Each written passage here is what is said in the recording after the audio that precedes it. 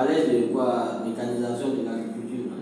Donc voilà en quelque sorte l'élaboration des politiques publiques. Il faut d'abord faire un diagnostic, c'est-à-dire l'état des lieux de l'existant. Et à travers l'état des lieux de l'existant, on peut déjà savoir quelles sont les forces, les faiblesses, les opportunités et les menaces qui concernent le domaine sur lequel on veut élaborer les politiques publiques en question. Donc c'est à partir de là maintenant vous pouvez voir quelles sont les grandes orientations que vous pouvez donner pour aboutir à des résultats véritables.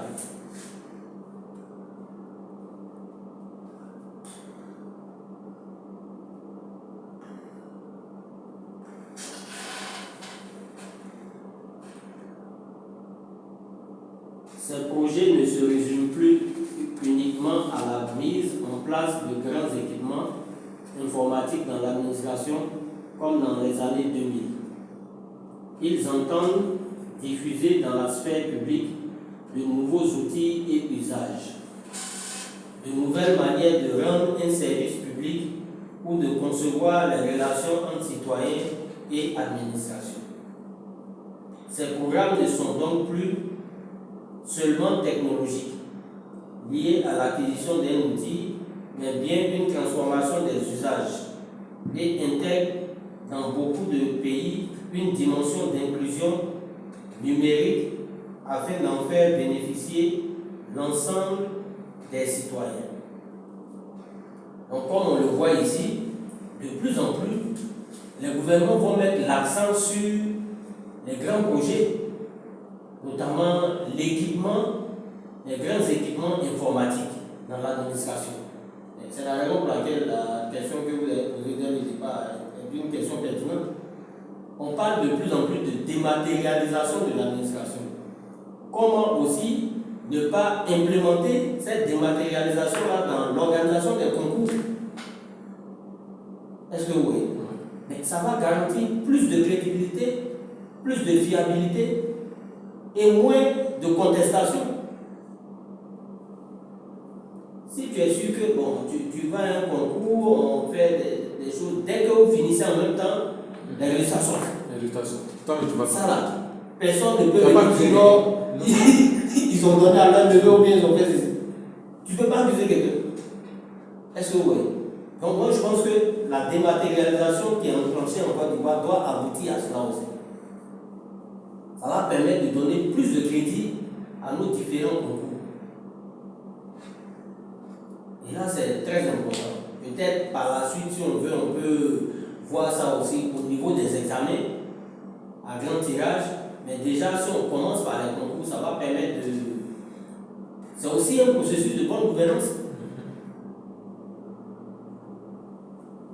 Et c'est en quelque sorte ça. Donc, l'État va chercher à doter son administration des grands équipements informatiques. Parce que l'interconnectivité permet à une administration d'être performante. Les informations qu'on attendait avant, une semaine, 2 semaines, pour que DHL prenne ça depuis Paris pour envoyer à Abidjan. Maintenant, en temps réel, vous êtes connecté via WhatsApp, via plusieurs réseaux, bien outils, des canaux de recherche, mais vous avez vos informations. Et tout ça, ça permet la performance de l'administration, ça permet l'efficacité de l'administration et l'efficience. Comme ça, on avance rapidement. Ils entendent diffuser dans la sphère publique de nouveaux outils et usages, de nouvelles manières de rendre un service public ou de concevoir les relations entre citoyens et administration. Mais il y a des mairies même en Côte d'Ivoire qui ont commencé à dématérialiser pour la production d'extraits de naissance. Ça se fait en ligne, et puis bon, c'est tranquille quoi. Parce que, imaginez pour quelqu'un qui est né à Congo, vous voulez établir un extrait de naissance. Mais si vous n'avez pas quelqu'un là-bas pour établir, vous êtes obligé d'effectuer le déplacement. En tant que vous êtes en activité ici, ça vous bloque. Donc la dématérialisation permet non seulement de faciliter le fonctionnement de l'administration, mais aussi ça permet aux citoyens de mener leurs activités librement et tranquillement, sans trop de problèmes.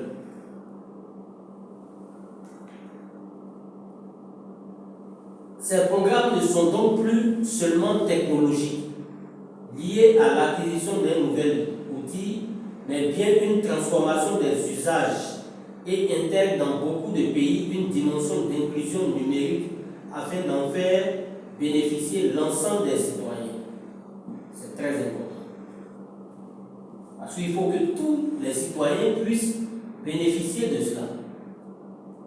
C'est lorsque le citoyen va se sentir concerné par les actions publiques que l'idée du respect des symboles de l'État aussi peut s'accélérer. Et très souvent, la plupart des gens, le commun de mon tête, quand tu leur dis, bon, voilà les activités du gouvernement, ils vont te dire, mais quel gouvernement? On te dit, réponds tranquillement, quel gouvernement? Pourquoi? Parce qu'ils se disent que le gouvernement ne les connaît même pas, ne s'occupe pas d'eux. Or, c'est pour eux que le gouvernement travaille. Mais en simplifiant l'obtention d'un document administratif, par exemple, mais ça va faciliter beaucoup de choses.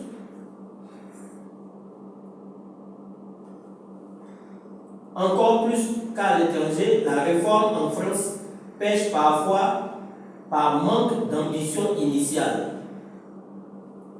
plus souvent par la réduction progressive du périmètre de la réforme au fur et à mesure des négociations, préalable à l'adoption d'une loi, et plus encore par sa capacité à exécuter et atteindre des résultats concrets.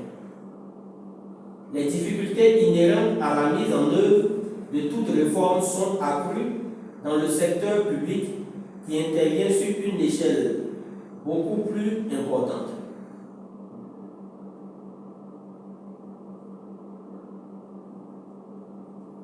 Donc il faut chercher à étendre ces actions-là, à les renforcer de manière perpétuelle, de sorte à ce que le processus de décentralisation, parce que c'est l'une des finalités de cette action publique, quand on prend l'exemple de la Côte d'Ivoire. Le réel problème, c'est la décentralisation. Vous voulez, il y a eu une réforme à ce niveau aussi, certainement parce que tout le monde se rabattait sur Abidjan pour établir son casier judiciaire ou des documents de ce type. Donc maintenant, on demande que l'établissement de ce genre de documents administratifs soit fait dans le lieu de naissance. C'est-à-dire chacun, en fonction de son lieu de naissance, s'il veut établir un casier judiciaire, mais il est obligé de se référer là-bas. Pourquoi? Parce qu'on avait constaté que tout le monde venait à Abidjan. Et ça faisait que toutes ces administrations étaient délaissées. Les caisses étaient plus ou moins vides. Donc, c'est une stratégie aussi, une innovation qui a été mise en œuvre par le gouvernement pour permettre à ces différentes administrations-là de pouvoir tenir le coup aussi. Mais l'autre grand chantier sur lequel il faut travailler, si on peut dématérialiser à ce niveau. Bon, il y a certains concours où maintenant le paiement se fait en ligne.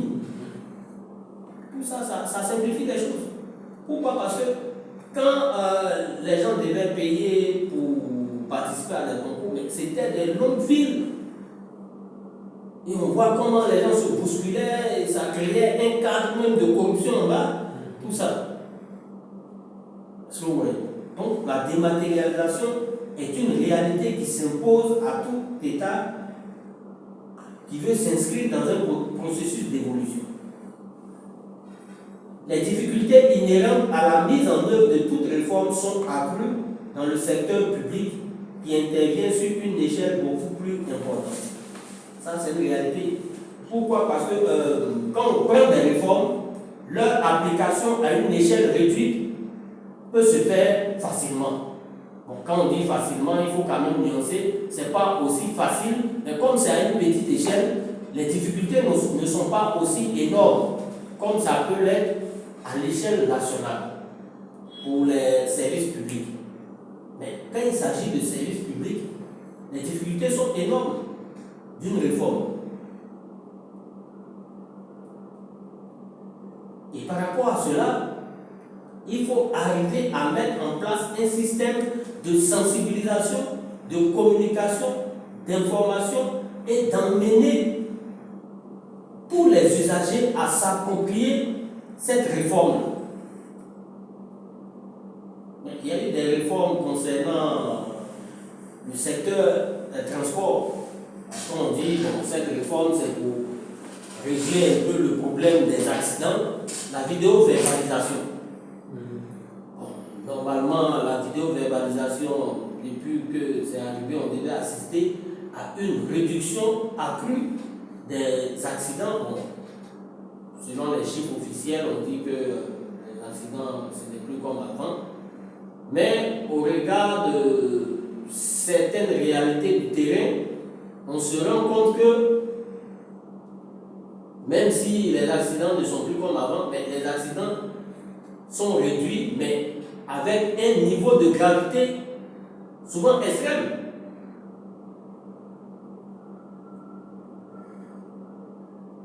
Très souvent, on voit qu'il y a des véhicules qui font des tonneaux, qui tombent dans des ravins, même en pleine ville, notamment les Baka, au niveau du carrefour de la ville. En l'espace de 2 semaines, je pense qu'il y a eu 2 événements de ce genre. Le Baka qui s'est renversé dans un ravin, l'autre aussi.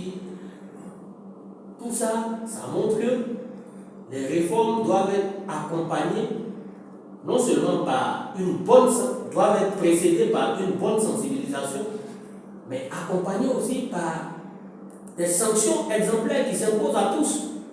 Mais à ce niveau, on se rend compte, bon, certainement à cause de leur poids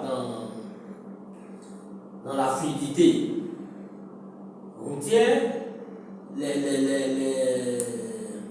compagnies de transport urbains comme les Baka et autres là, on a l'impression que ces moyens de transport là sont exonérés de toute sanction.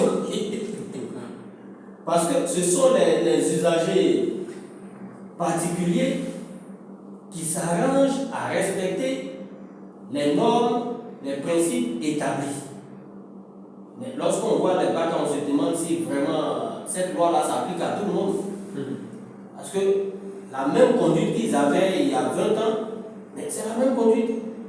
Les gars, ils passent sur le trottoir, ils continuent leur vitesse, les queues de poisson, tout ça.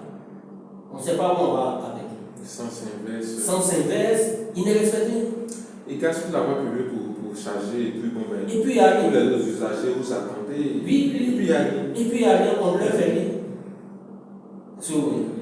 J'avais apprêté un jour un taxi, voilà, dernièrement au Toku. Oui, oui. Et puis, c'est un Sénégalais qui voulait. Oui. C'est un Sénégalais. Oui, oui.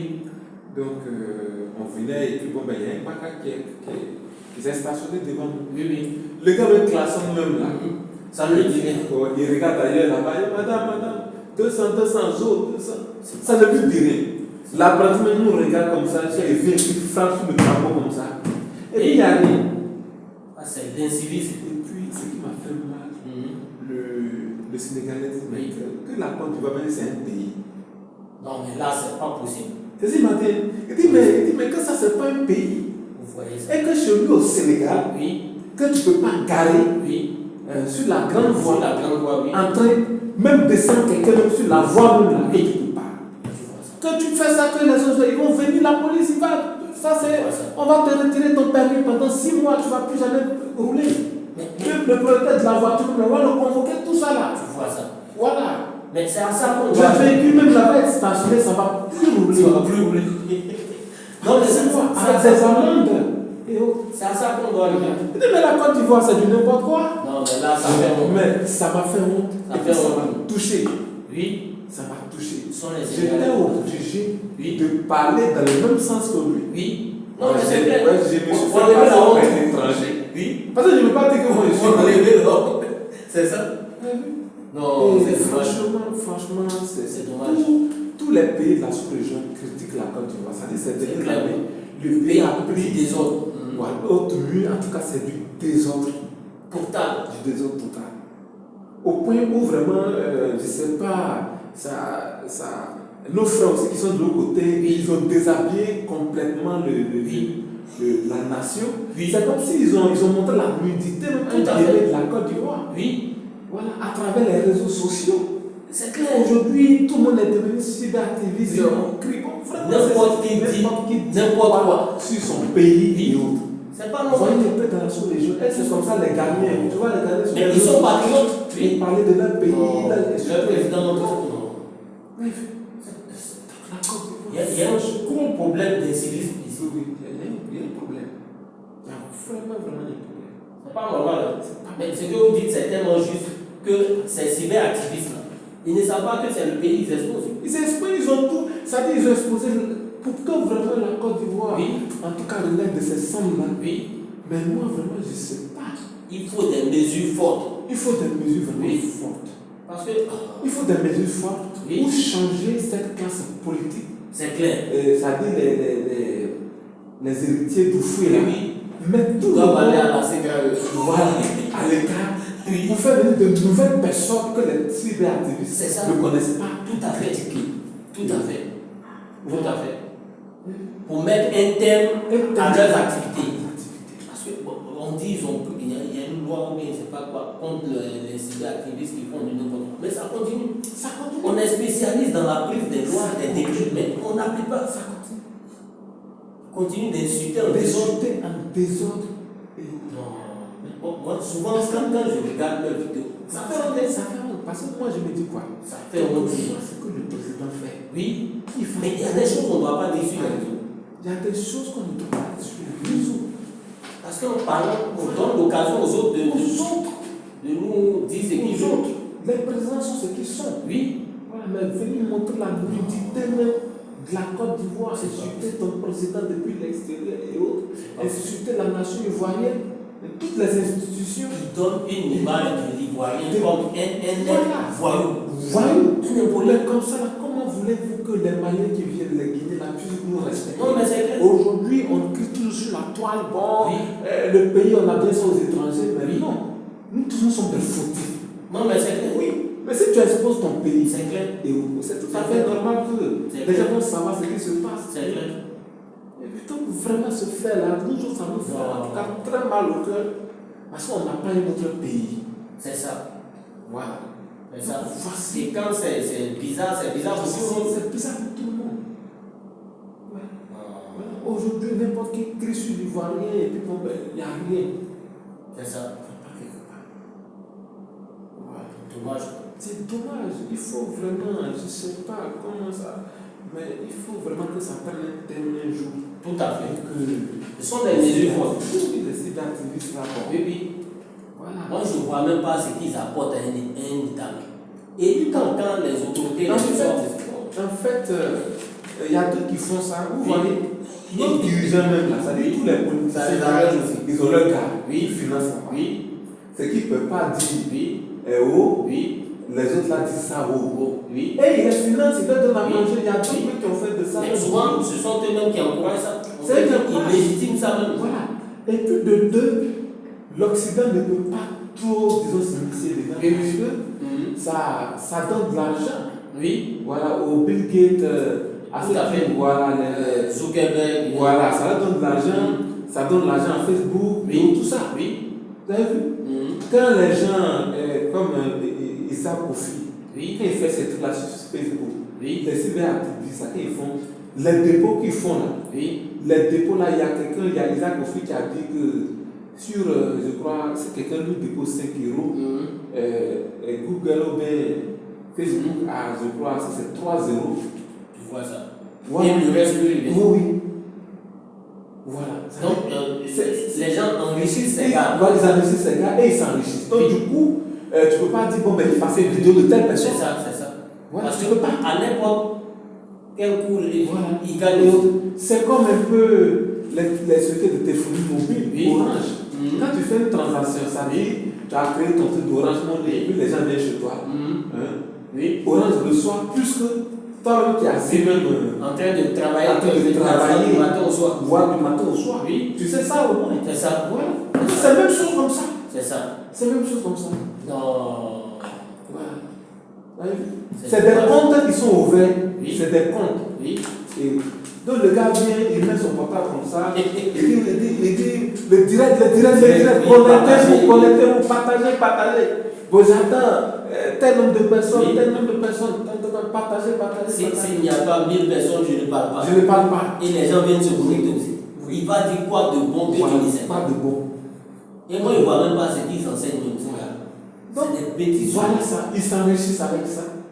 Et puis bon, ben, les coachs qui sont derrière aussi, ils s'enrichissent avec. Tu vois ça. Voilà. Ils s'enrichissent avec.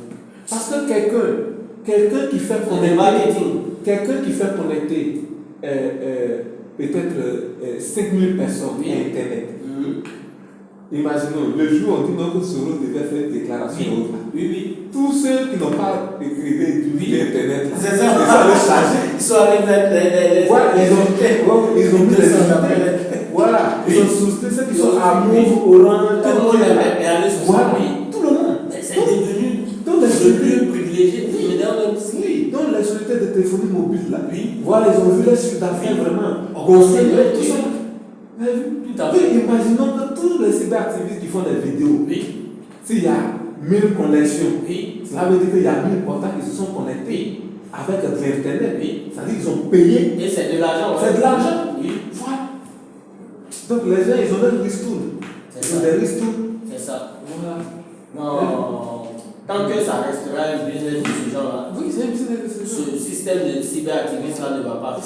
Ça peut pas finir. Parce qu'ils s'enrichissent là-dedans. Ils savent ce qu'ils gagnent. Mais regardez l'exemple de l'autre là, un certain observateur ou bien quoi, il avait raconté des histoires sur le rappeur. On dit qu'il s'en est tiré avec 70 millions. 70 millions. Dans ce clash. Tranquillement. Tranquille. Il achète une maison quelque part et puis il fait son investissement. C'est pas il doit celui à la maison. Tranquillement. Disons, les gens travaillent pour lui. Lui, il n'a qu'à venir s'asseoir, il raconte du n'importe quoi. Donc, vraiment, c'est un vrai problème. À la fin du mois, tu vas aller changer ton canal. C'est la même chose. C'est un système. Tout le monde mange. Mange dedans. Imaginons, c'est à cause maintenant des cyberactivistes que les gens ils ont des crédits. Parce que les gens sont là. Ils n'ont pas de boulot. Tu t'ennuies. Donc il faut aller écouter Makoso. Aller faire écouter Makoso, voir certaines vidéos et tout ça là. Voilà, pour échanger, pour te distraire. Laisser le temps passer. Brûler le temps. Et ça maintenant, ça te détourne d'autres choses. Voilà, ça te détourne même de la politique. L'État ne fait que voir. Voilà. Au lieu de penser même à ton comment faire pour avoir du boulot. C'est ça. Tu vois, etc. Automatiquement, ça devient ton boulot. Voilà. Or, au moins, si tu gagnais quelque chose dedans, en regardant, tu enrichis tout le monde. Et l'État aussi gagne dans ça. C'est clair. Parce que plus les chiffres d'affaires de société augmentent, plus l'État aussi, le ministère de la communication aussi, il mange dedans. C'est ça. Mais c'est du crédit Internet qui est utilisé. C'est ça. Voilà.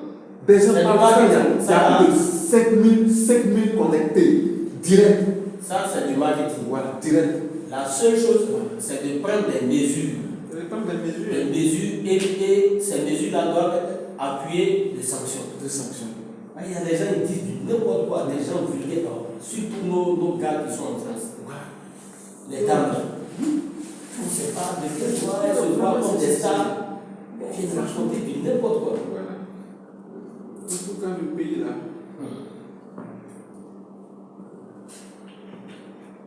Pas facile. Diriger la Côte d'Ivoire. Dans les grandes entreprises privées, pour chaque milliard de dollars investis, en moyenne 10% de la valeur est perdue dans les difficultés de mise en œuvre du projet. La qualité des dispositifs de pilotage et l'accompagnement des transformations induites sont donc déterminants. C'est dans cet esprit que nous avons conçu une nouvelle méthode pour réussir le prochain programme de réforme de l'administration, s'appuyant sur des chantiers incontournables à mettre en œuvre. Donc on voit que lorsque on conçoit des programmes ou des politiques publiques, il faut également songer aux éventuelles difficultés. Mais tout ça, ça demande de faire des simulations. Est-ce que vous voyez? Par exemple, je veux réaliser, dans mon programme de gouvernement, je veux réaliser une infrastructure qui va servir de cadre de détente. De cadre de détente, et je veux l'implanter au cœur de Cocody. Mais il faut voir quelles sont les éventuelles répercussions ou les difficultés que cette infrastructure-là peut créer en termes de mobilité. Est-ce que vous voyez? L'endroit où vous allez implanter cette infrastructure, est-ce que les gens pourront circuler librement? Est-ce que ça ne va pas accentuer, aggraver les embouteillages? Est-ce que les gens pourront rallier ces endroits-là et sortir sans problème? Est-ce qu'il n'y a pas de problème de sécurité également? Mais à partir du moment où vous le faites, vous devez prévoir également une partie du budget pour pouvoir régler ces difficultés-là, évacuer ces difficultés. Et très souvent, il y a des études d'impact environnemental et social qui sont faites pour réfléchir sur tout cela. Mais à condition encore que les résultats soient véritablement pris en compte. Donc, on arrive à l'axe 1, transformer l'action publique par une nouvelle méthode. Pourquoi? Parce que, comme je vous le disais, la monotonie dans la gestion administrative n'est pas faite pour arranger les choses. Pourquoi? Parce qu'au fur et à mesure que l'agent public va se retrouver à répéter les mêmes gestes, les mêmes actions, les mêmes réflexions, mais à un moment, il sera épuisé.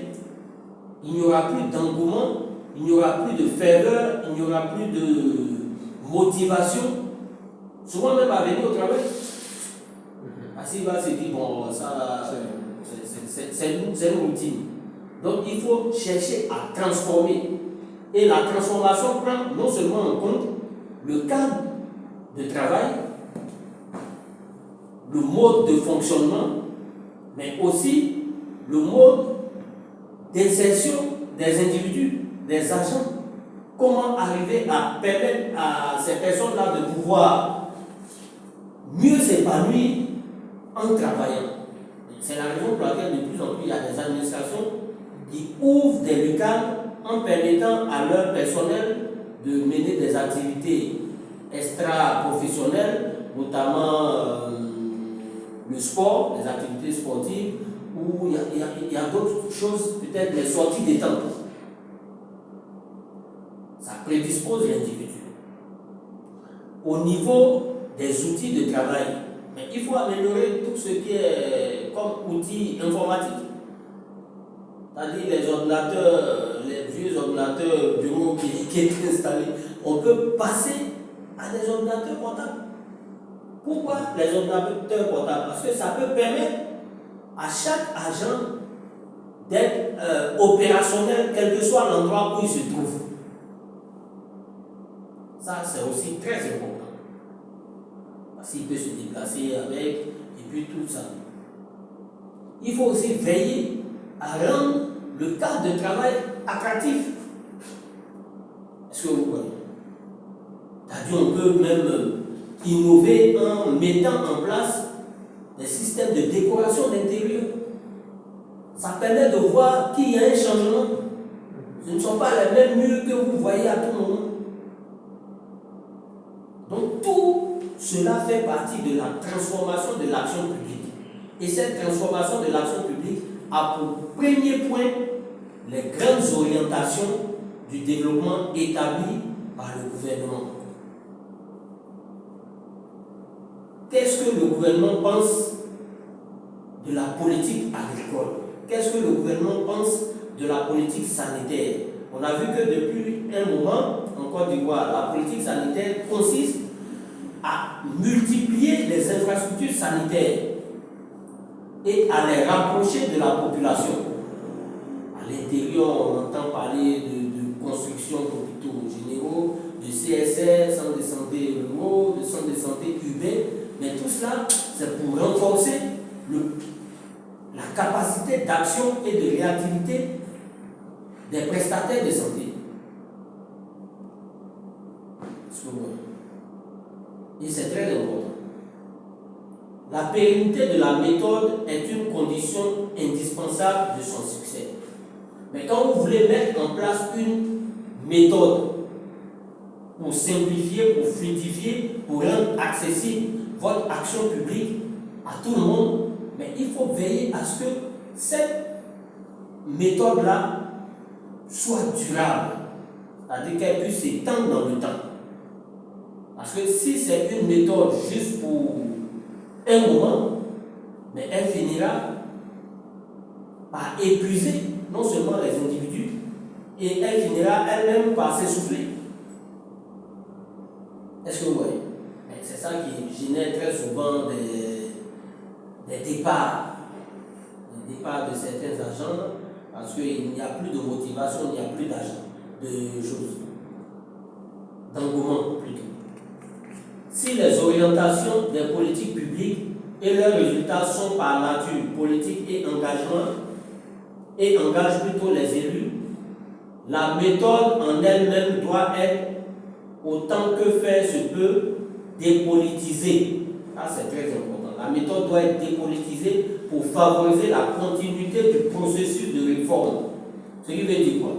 Mais ça, on peut paraphraser en disant que l'État est une continuité. Est-ce que vous voyez? Donc, quand vous employez, quand vous mettez en œuvre une réforme, il faut veiller à ce que cette réforme-là ne soit pas une réforme taillée sur mesure pour votre régime en place. Il faut veiller à ce que la réforme que vous avez mise en place concernant l'administration, que si par la force des choses, un autre gouvernement, un autre pouvoir vous succède, que ce pouvoir-là ne rejette pas tout. Mais qu'est-ce qu'on voit généralement sur notre pays?